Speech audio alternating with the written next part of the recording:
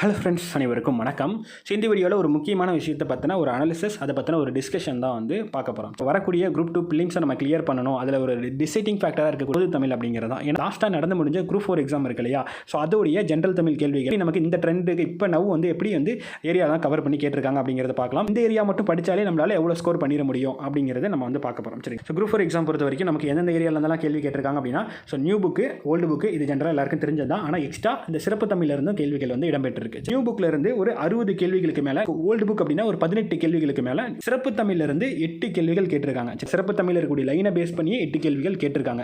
ஒரு 16 கொஸ்டின் இலக்கண பேஸ் பண்ண கேள்விகளாக இருக்கும். இந்த அகரவரிசை படுத்துக, அதே மாதிரி சொற்களை ஒழுங்குபடுத்துக, இந்த மாதிரியான கேள்விகள்லாம் ஓல்டு புக்குன்னு சொல்ல முடியாது, நியூ புக்குன்னு சொல்ல முடியாது. ஜென்ரலாக கேட்கப்படக்கூடிய கேள்விகள். நியூ புக்கு படிச்சிருந்தாங்களே இந்த 60 கேள்வி ப்ளஸ் இந்த 14 கேள்வி வந்து என்ன பண்ணிடலாம்னா சேர்த்து வந்து அடிச்சிடலாம். இது வந்து பார்த்தீங்க அப்படின்னா இதுக்கு முன்னாடி நடந்த குரூப் 4 அண்ட் இதுக்கு முன்னாடி 2 குரூப் 4 அண்ட் வந்து அசிஸ்டன்ட் ஜெயிலர், அது வந்து லாஸ்ட்டாக நடந்த தமிழ் எக்ஸாம்.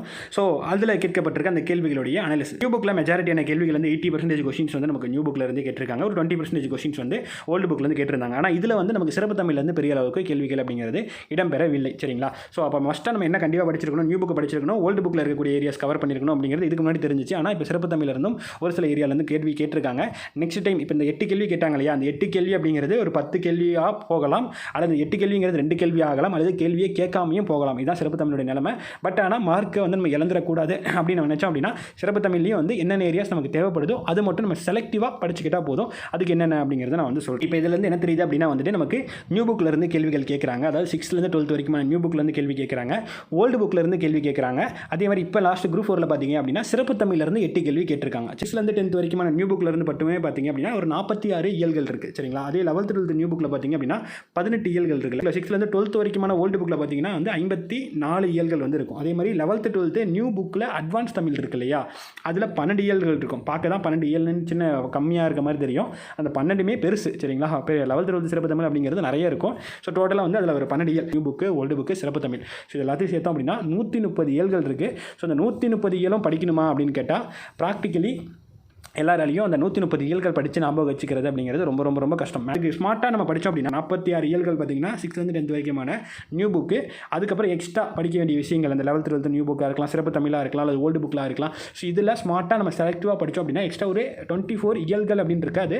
ஆனால் இயல்கள் அளவுக்கான கண்டென்ட் அப்படி நீங்கள் அண்டர்ஸ்டாண்ட் பண்ணிக்கோங்க. 130 இயல்களுக்கு போல ஒரு 70 இயல் படித்தாலே நம்மளால் ஒரு 95+ அப்படிங்கிறது எடுத்துட முடியும். இது வந்து லாஸ்ட் நடந்த குரூப் 4 இருக்கலாம். இதுக்கு முன்னாடி நம்ம கொஸ்டின்ஸ்லாம் அனலைஸ் பண்ணியிருக்கோம். லாஸ்ட் நடந்த குரூப் 4 கொஸ்டினை வச்சு உங்களுக்கு வந்து காட்டுறேன். 6th 10th வரைக்கும் நியூ புக் இருக்கு இல்லையா, ஸோ இந்த கேள்விகள் எப்படி இருந்து கேட்டிருக்காங்க அப்படின்னா ஜென்ரலாக எல்லாமே தான் கேட்டிருக்காங்க. ஓவரால் எல்லாத்தையும் கவர் பண்ணி தான் கேட்டிருக்காங்க. மெஜாரிட்டியான எல்லா கேள்விகளுமே வந்து 11th 12th பொறுத்த வரைக்கும் சிலபஸ் பேஸ் பண்ணி தான் கேட்குறாங்க. 8% கண்டென்ட் இருக்குது அப்படின்னா அதில் ஒரு 30% மட்டும் தான் சிலபஸில் கவர் ஆகுது. 70% சிலபஸில் கவர் ஆகல. அதில் படிக்க வேண்டிய ஏரியா வந்து அவ்வளோ இருக்கும். ஓல்டு புக் 6th 12th வரைக்கும் பார்த்திங்க அப்படின்னா இதுக்கு நிறைய பேர் என்ன ட்ரை பண்ணுவாங்க அப்படின்னா நான் 6th 7th 8th old book வரிசை எல்லா புக்கும் படிக்கிறேன் அப்படின்னு படிப்பாங்க. பட் இதெல்லாம் நான் ப்ரூஃப் காட்டுறேன். குரூப் 4 கொஸ்டினோடைய ஒரு ப்ரூஃப் வச்சே காட்டுறேன். இல்லை நீங்கள் லாஸ்ட் நடந்த குரூப் 2 எக்ஸாமில் மற்ற எக்ஸாம் கொஸ்டின் பேப்பர் எல்லாமே கூட எடுத்து நீங்கள் செக் பண்ணி பார்க்கலாம். ஓல்டு புக்கை பொறுத்த வரைக்கும் இந்த ப்ரீவியஸ் இயரில் கேட்ட கொஸ்டின்ஸ் அப்படியே டேரெக்டாக கேட்டுறாங்க. நியூ புக்கில் கவர் ஆகாத ஓல்டு புக் சிலபஸ் டாபிக் இருக்கு இல்லையா, அது அதிகமாக வந்து கேள்விகள் வந்து கேட்குறாங்க. சரிங்களா? ஃபார் எக்ஸாம்பிளுக்கு உணவே மருந்து, நோய் தீர்க்கும் மூலிகைகள் அப்படிங்கிறதெல்லாம் நமக்கு சிலபஸில் டேரெக்டாக இருக்கும். அந்த டேரெக்டாக சிலபஸை பற்றி வந்து உங்களுக்கு ஓல்டு புக்கில் வந்து கொடுத்துருப்பாங்க. அதில் வந்து ரிப்பீட்டாக வந்துகிட்டே இருக்குது. நியூ புக்கில் அதை பற்றி டேரெக்டாலாம் உங்களுக்கு இருக்காது. சரிங்களா?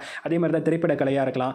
அதே மாதிரி தான் நமக்கு வந்து நந்தி கிளம்பகம் அப்படிங்கிற டாபிக், முக்கூட பல்லுங்கிற டாபிக், பேரு கடிதம், அண்ணா கடிதம், அந்த கடித இலக்கியங்கள்லாம் இருக்கு இல்லையா, அதெல்லாம் ஓல்டு புக்கில் தான் நமக்கு வந்து கொடுத்துருக்காங்க. அந்த 10th புக் இருக்கு இல்லையா, 10th புக்கை ஓவராலாக கவர் பண்ணிக்கிறது பெட்டர். நியூ புக்கை முடிச்சுட்டு ஓல்டு புக்கில் இருக்கக்கூடிய திருக்குறள் சொல்ல போனால் அது சிலபஸில் எல்லாமே வந்துடும். சரிங்களா? ஸோ அது 6th 12th வரைக்கும் கவர் பண்ணிக்கணும். ஸோ இந்த மாதிரி செலக்டிவாக கவர் பண்ணிங்கனாலே ஓல்டு புக்கில் இந்த கேள்விகள் வந்து மெஜாரிட்டியான கேள்விகள், அதாவது 1-2 தவிர மீதி மெஜாரிட்டியான கேள்விகள் உங்களால் அடிச்சிட முடியும். சிறப்பு தமிழ் பொறுத்த வரைக்கும் எப்படி உங்களுக்கு கேள்வி கேட்குறாங்கன்னா, ஒன்று ரொம்ப டீப்பாக கேட்டுறாங்க, இல்லைனா ரொம்ப இம்பார்ட்டண்டாக வந்து கேட்டுறாங்க. சிலபஸில் கவர் ஆகக்கூடிய படம் இருக்கு இல்லையா, அதில் வேணுங்கிறத மட்டும் ரெஃபர் பண்ணுங்கள். ரொம்ப டீப்பாக போய் படிக்கணும் அப்படிங்கிற அவசியம் இல்லை. ஏன்னா மேலோட்டமாக பாக்ஸ் இந்த மாதிரி தான் கேட்குறாங்க. சிறப்பு தமிழ்லேருந்து கேட்டிருக்க கேள்வி எல்லாமே பாக்ஸ் இம்பார்ட்டண்டாக அந்த மாதிரி தான் கேட்குறாங்க. அதை தாண்டி கேட்குற கேள்வி யாராலையும் அடிக்க முடியாத மாதிரி இருக்குது. சரிங்களா? ஸோ அதை விட்டுருங்க. நடந்து முடிஞ்ச குரூப் 4 எக்ஸாமோடைய கொஸ்டின் பேப்பர். ஸோ இதில் இருக்கக்கூடிய எல்லா கொஸ்டினும் மேக்ஸிமம் எல்லா கொஸ்டினுமே நம்ம வந்து புக் ப்ரூஃப் அப்படிங்கிறத நம்ம ரெடி பண்ணி, ஸோ இதில் நம்மளுடைய ஐடியாலஜி எப்படி செட் ஆகுது அப்படிங்கிறது ஒன் பை ஒன்றா பார்க்கலாம். First 11th 12th new book கேட்ட கேள்விகள்லாம் சிலபஸ் பற்றி தான் கேட்டிருக்காங்களா அப்படிங்கிறத பார்க்கலாம். ஓமிக்கு வந்து சுரதா பற்றி ஒரு கேள்வி கேட்டிருக்காங்க. ஸோ சுரதா சிலபஸில் வராங்க. சரி, பாரதிதாசன் பற்றி ஒரு கேள்வி கேட்டிருக்காங்க. ஸோ இவங்களும் சிலபஸில் வராங்க. சிவி தாமோதரனார். சரிங்களா? இது வந்து பார்த்தீங்கன்னா புக்கு பின்னாடி இந்த அறிஞர்கள்லாம் வருவாங்க இல்லையா, ஸோ அந்த அறிஞர்கள் பற்றி கண்டிப்பாக நம்ம வந்து படிக்க வேண்டியது இருக்கும். ஸோ அதை பேஸ் பண்ணி இது வந்து கேள்வி கேட்டிருக்காங்க. தஞ்சை பெரிய கோயிலை பற்றின ஒரு பாடமே வந்து வரும். ஸோ அது வந்து நமக்கு செக் கடையில் வருது. ஸோ அது USAவுடைய ஒரு பாடத்தில் இருக்கும். ஸோ USA நமக்கு சிலபஸில் வராரு. ஸோ அதை பேஸ் பண்ணி இந்த கேள்வி வந்து கேட்டிருக்காங்க. ஸோ இதுவும் சிலபஸில் வருது. திருக்குறள் பேஸ் பண்ணி, திருக்குறளை அப்படிங்கிறது சிலபஸில் வருது. ஸோ அதை பேஸ் பண்ணி கேள்வி கேட்டிருக்காங்க. இது வந்து ஊஎஸோட கேள்வி தான். ஸோ அது வந்து மனோன்மணியம் அப்படிங்கிறது சிலபஸில் இருக்குது. நமக்கு சிலபஸில் கவர் ஆகக்கூடிய அந்த செயல்கள்லாம் இருக்கு இல்லையா, அதில் வந்து நமக்கு வந்து இலக்கண குறிப்பு நம்ம படிச்சுக்கணும். ஸோ அதை பேஸ் பண்ணி கேட்டிருக்காங்க. அப்படின்ற மாதிரி ஒரு பாடம் வந்து வரும். அதில் இருக்கிறது எல்லாமே வந்து நமக்கு காப்பியங்களை பேஸ் பண்ணி கொடுத்துருப்பாங்க. ஸோ இந்த பாடத்தில் இருக்கக்கூடிய ஓவராலாக நமக்கு எல்லாமே நமக்கு சிலபஸ் பேஸ் பண்ணி நம்ம படிக்க வேண்டிய டீட்டெயிலாக தான் இருக்கும். ஸோ இது நம்ம வந்து படிச்சுக்கலாம். திருக்குறள் பேஸ் பண்ணி கேட்டிருக்காங்க. திருக்குறள் வந்து வந்துருது. ஸோ ஜிபி போப் வந்து புக்குக்கு பின்னாடி ஒரு அறிஞராக கொடுத்துருப்பாங்க. ஸோ இதுவும் நமக்கு சிலபஸில் வந்து புறநானூறு. ஸோ புறநானூறு பற்றின ஆங்கில சொல்லுக்கு நேரான தமிழ் சொல் புக்குக்கு பின்னாடி கொடுத்துருப்பாங்க இல்லையா. ஸோ இதுவும் நமக்கு படிக்க வேண்டியதாக இருக்குது. ஓவராலாக 11th 12th பார்க்கும்போது உங்களுக்கு என்ன தெரிஞ்சிருக்கும். ஸோ சிலபஸ் ஏரியாஸ் வந்து எல்லாமே நம்ம வந்து படிக்கணும். அது இல்லாமல் புக்குக்கு பின்னாடி இருக்கக்கூடிய அறிஞர்கள் நம்ம வந்து பார்த்துக்கணும். அதேமாதிரி புக்குக்கு பின்னாடி இருக்கக்கூடிய அந்த நூலாசிரியர் பார்த்துக்கணும். கண்டிப்பாக ஆங்கில சொல் அதுக்கான தமிழ் சொல் அப்படிங்கிறது வந்து நம்ம வந்து பார்த்துக்கணும். அதேமாதிரி சிலபஸில் வரக்கூடிய செயலாம் இருக்கு இல்லையா, அங்கே இலக்கண குறிப்பு சிலபஸில் வரக்கூடிய செயல்னாலே கண்டிப்பாக நம்ம எல்லாமே படிச்சு தான் ஆகணும். நீங்கள் ஆல்ரெடி படிச்சிருக்கீங்கன்னா ரிவிஷன் பண்ணுங்க. பட் ஆனால் ஃபஸ்ட்டு இதை பேஸ் பண்ணி நல்லா ப்ராப்பராக படித்து முடிச்சுட்டு தென் அடுத்த கட்டத்துக்கு போங்க அப்படிங்கிறத நான் வந்து சொல்கிறேன். வெறும் இதை மட்டும் படிங்க அப்படின்னு நான் சொல்ல வரல. ஏன்னா டைம் ரொம்ப கம்மியாக இருக்குது. சரிங்களா, ஃபஸ்ட்டு இதை தெளிவாக நீங்கள் முடிச்சுட்டு தென் உங்களுக்கு டைம் இருந்துச்சுன்னா அடுத்த கட்டத்துக்கு நீங்கள் வந்து போகலாம். ஃபஸ்ட்டு 95 எடுக்கணும். சரிங்களா, அதுக்கப்புறம் தான் 96, 7, 8, 9, 100 அப்படிங்கிறதெல்லாம் நம்ம வந்து பார்க்கணும். சரி, புக் 6லேருந்து 12th வரைக்கும் ஓல்டு புக்கில் அதில் எப்படி கேட்டிருக்காங்க அப்படிங்கிறத பார்க்கலாம். ஸோ இந்த கொஷின்லாம் பார்த்தீங்கன்னா ப்ரீவியஸ் இயரில் ஆல்ரெடி கேட்ட கொஷின். இந்த கொஷின் பார்த்தீங்கன்னா முக்கூடப்பள்ளியிலேருந்து கேட்ட கொஷின். சரிங்களா, முக்கூடப்பள்ளி நியூ புக்கில் நமக்கு வரல. திருமலை முருகன் பள்ளி அப்படிங்கிறத 11th இருக்கும். அது சிலபஸில் இல்லை. முக்கூடப்பள்ளி சிலபஸில் இருக்குது. ஆனால் அது ஓல்டு புக்கில் தான் இருக்குது. ஸோ அதனால் மெயினாக கேட்டிருக்காங்க. 12th 11th படிக்கணுமா அப்படின்னு யோசிச்சுட்டு இருப்பீங்க. இது ஓல்டு புக்கில் 11th பார்த்தீங்கன்னா குயில் பாட்டு இதெல்லாம் உங்களுக்கு வந்து புக்கில் கொடுத்துருப்பாங்க. பாஞ்சாலி சபதம்லாம் கொடுத்துருப்பாங்க. திரைப்படக்கலை. ஸோ இது வந்து நியூ புக்கில் தெளிவாக கவர் ஆகல. ஓல்டு புக்கில் தான் தெளிவாக வந்து வரும். அதே மாதிரி ஸோ இது வந்து காந்தி கடிதம் அப்படிங்கிறது ஓல்டு புக்கில் தான் இருக்கும். 10th காந்தியம்னு ஒரு பாடமே இருக்கும். ஸோ காந்தி பற்றி வந்து நம்ம வந்து படிக்க வேண்டியது இருக்கும். நெக்ஸ்ட்டு ஸோ இனிவை 40 பார்த்திங்கன்னா நியூ புக்கில் வராது. சிலபஸ் டாப்பிக்கில் இருக்குது, நியூ புக்கில் இருக்காது, ஓல்டு புக்கில் இருக்கும். ஸோ அது வந்து கேட்டிருக்காங்க. அடுத்தது பார்த்திங்கன்னா வந்து இதில் ஒட்டக்குதிரை பற்றி இதில் வந்து கேட்டிருக்காங்க. இதெல்லாம் ப்ரீவியஸ் இயரில் ஆல்ரெடி நிறைய அடிச்சு துவச்ச கொஸ்டின் தான். அடுத்தது இது வந்து காந்தியோடைய அந்த கடிதம் பேஸ் பண்ணி வந்து கேட்டிருக்காங்க. நெக்ஸ்ட்டு ஸோ இது வந்து பார்த்திங்கன்னா இலக்கணத்தில் எல்லா டாப்பிக்குமே நமக்கு நியூ புக்கில் வந்து ஓல்டு புக்கில் இருக்கிறது நியூ புக்கில் வந்துருது. ஆனால் ஒரே ஒரு டாபிக் வந்து அப்படி இல்லாமல் இருக்கிறது பார்த்திங்கன்னா இந்த டாபிக் தான் அந்த எதுகை மோனை பேஸ் பண்ணி இருக்கும். இந்த டாபிக் கண்டிப்பாக நீங்கள் வந்து படிச்சுக்கோங்க. சரிங்களா, 8th 3rd termல வந்து இருக்கும். சித்திரப்படல்கள் அப்படிங்கிறது நமக்கு வந்து சித்திர பற்றின ஒரு பாடம் வந்து வருது. ஆனால் சித்திரப்படல்ங்கிறது டேரெக்டாக ஓல்டு புக்கில் தான் இருக்குது. சரிங்களா, அதனால் அது கேட்டிருக்காங்க. இந்த கேள்வி, இதுக்கு அடுத்து இங்கே இருக்கக்கூடிய இந்த கேள்வி இதெல்லாம் பார்த்திங்கன்னா ப்ரீவியஸ் இயரில் கேட்ட கொஸ்டின் அப்படியே தான் நிறைய ரிப்பீட் இருக்குது. இப்போ நீங்கள் பார்த்துட்டு இதில் வந்து ஒரு 18 கேள்வி கிட்ட ஓல்டு புக்கில் வந்து கேட்டிருக்காங்க. 18 கேள்வியில் 12 கேள்விகளுக்கு மேலே ப்ரீவியஸ் இயரில் கேட்ட கொஸ்டின் தான் அப்படியே தான் இதில் வந்து எடுத்து வச்சிருக்காங்க. மீதி இருக்கிற கேள்வியெல்லாம் நான் சொன்ன மாதிரி நியூ புக்கில் இல்லாத ஓல்டு புக் டாபிக் கொஸ்டின். சரிங்களா, ஸோ இப்படி நீங்கள் கவர் பண்ணும்போது நீங்கள் மேக்ஸிமம் ஓல்டு புக் கொஸ்டினை வந்து அதிகப்படியாக அடிச்சிட முடியும். இதில் வந்து நமக்கு வந்து ஒரு உரைநடைக்குள்ளே இருக்கக்கூடிய ஒரு லைன் அடிங்கிறதுலாம் யாரும் ஞாபகம் வச்சிருக்க மாட்டாங்க. சரிங்களா, ஸோ அந்த மாதிரி தான் வந்து செட் பண்ணியிருக்காங்க. இந்த மாதிரி கேள்வி யாராலும் அடிக்க முடியாது. அப்போ அதுவும் நம்ம அடிக்கலன்னா ஒன்றும் கவலை இல்லை. சரிங்களா, ஆனால் எல்லாருக்கும் தெரிஞ்சுக்கவே நம்ம அடிக்கணும். சிறப்பு தமிழில் கேட்ட கொஸ்டின் எல்லாமே சிலபஸை பேஸ் பண்ணி இருக்கக்கூடிய கேள்வி மட்டும் தான் கேட்டிருக்காங்க. வழி ஜென்ரலாக வந்து கேட்கவே இல்லை. ஸோ ஃபஸ்ட்டு கொஸ்டின் புதுமை பத்தினை பற்றி கேட்டிருக்காங்க. இது வந்து இந்த சிறுகதை அந்த கான்செப்ட் வந்து நமக்கு சிறுகதை ஆசிரியர்கள் வருது இல்லையா. ஸோ அதை பேஸ் பண்ணி நமக்கு வந்து கேட்டிருக்காங்க.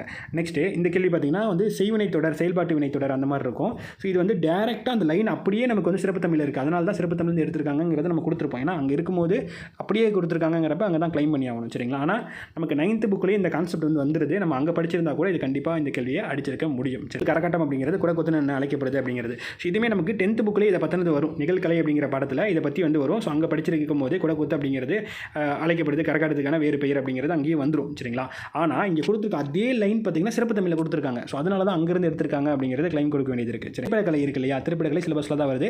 அதில் கொடுக்கப்படுற ஒரு முக்கியமான மிகப்பெரிய விருது தான் தாதா சாஹேப் பால்கே விருது.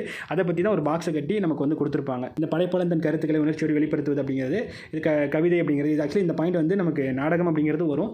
ஓல்டு புக்கில் நமக்கு வந்து நாடகம்ங்கிறதும் கொடுத்துருப்பாங்க. ஒரு பேசிக் அண்டர்ஸ்டாண்டிங் வச்சு நீங்கள் அடிச்சிடலாம். மணிமொழி கோவை அப்படிங்கிற அடைமொழியால் குறிக்கப்படும் நூல் கரெக்டாக மணிமொழி கோவை அப்படிங்கிறது நமக்கு 12th அட்வான்ஸ் தமிழில் இருக்குது. சரிங்களா, இந்த பாடம் முழுக்கவே நமக்கு சிலபஸ் பேஸ் பண்ணி தான் நமக்கு வந்து கொடுத்துருப்பாங்க. இந்த ஒரு பாடம் படிச்சுக்கிற மாதிரி இருக்கும். சரிங்களா, இந்த கான்செப்ட் வந்து நீங்கள் ப்ரீவியஸ் கொஸ்டின் பார்த்துருந்தீங்கனாலே அடிச்சிருக்கலாம். இது கேட்கல.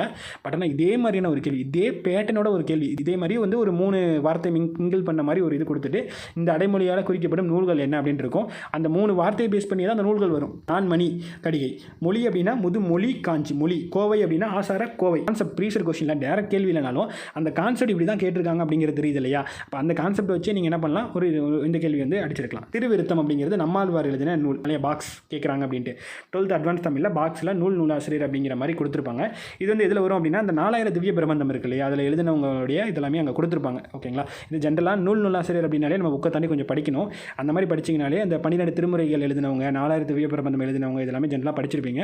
அப்படி படிச்சிருந்தீங்கன்னா கண்டிப்பாக இதுவும் படித்து நீங்கள் வந்து அடிச்சிருக்கலாம். பட் இருந்தாலும் இது சிறப்பு தமிழில் இந்த பாயிண்ட் இருக்குது, அங்கேயும் ஒரு பாக்ஸ் கொடுத்துருக்காங்க. சிலபஸ் பேஸ் பண்ணி இருக்கக்கூடிய பாடங்கள், அதில் இருக்கக்கூடிய பாக்ஸ், அதில் இருக்கக்கூடிய முக்கியமான பாயிண்ட் வந்து பார்த்துக்கோங்க. சிறப்பு தமிழுக்கு இதுவே போதும். ஏன்னா இந்த தடவை 8 கேள்வி கேட்டிருக்காங்க. ஓல்டு புக்கு நியூ புக்கு படிச்சது ப்ரீவியஸ் கொஸ்டின் வேறு பார்த்து வச்சே கூட இதில் கண்டிப்பாக 4 கேள்விகளுக்கு மேலே கண்டிப்பாக அடிக்க முடியும். இந்த 8 கேள்வி இதே மாதிரி கேள்வி கேட்பாங்க அப்படின்னு நம்ம சொல்ல முடியாது. இது 2 கேள்வி ஆகலாம், 1 கேள்வி ஆகலாம், கேட்காமே போகலாம். பட் ஆனால் கேட்டுட்டா நம்ம அடிக்கணும், அதுக்கேற்ற மாதிரி தான் நம்ம படிக்கணும். ஸோ அதுக்கேற்ற மாதிரி செலக்டிவாக படிச்சுக்கோங்க. சரிங்களா? ஸோ இதுதான் அட்வான்ஸ் தமிழை பொறுத்த வரைக்கும். ஸோ ஓவராலாக உங்களுக்கு எல்லாமே புரிஞ்சிருக்கும்னு நினைக்கிறேன்.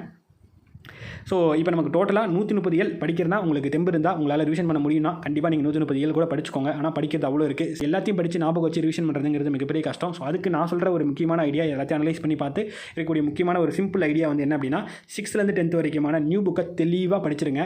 46 இயல்கள் இருக்குது, தெளிவாக படிச்சிருங்க. 11th 12th நியூ புக்கில் பொறுத்த வரைக்கும் மொத்தம் 18 இயல்கள் இருக்குது. ஃபுல்லாக படிக்கிறது அவ்வளோ கண்டென்ட் இருக்கும். ஸோ அதில் நான் சொல்கிற ஐடியா, நான் சொல்லியிருந்தேன் இல்லையா, சிலபஸில் கவர் ஆகிற ஏரியா மட்டும் படிங்க. புக்கு பின்னாடி இருக்கக்கூடிய அறிஞர்கள் அதுலேயும் சிலபஸில் வரது மட்டும் நல்லா படிங்க. சிலபஸில் வராதுக்கு அதுக்கு சம்பந்தமான முக்கியமான பாயிண்ட் பார்த்துக்கோங்க.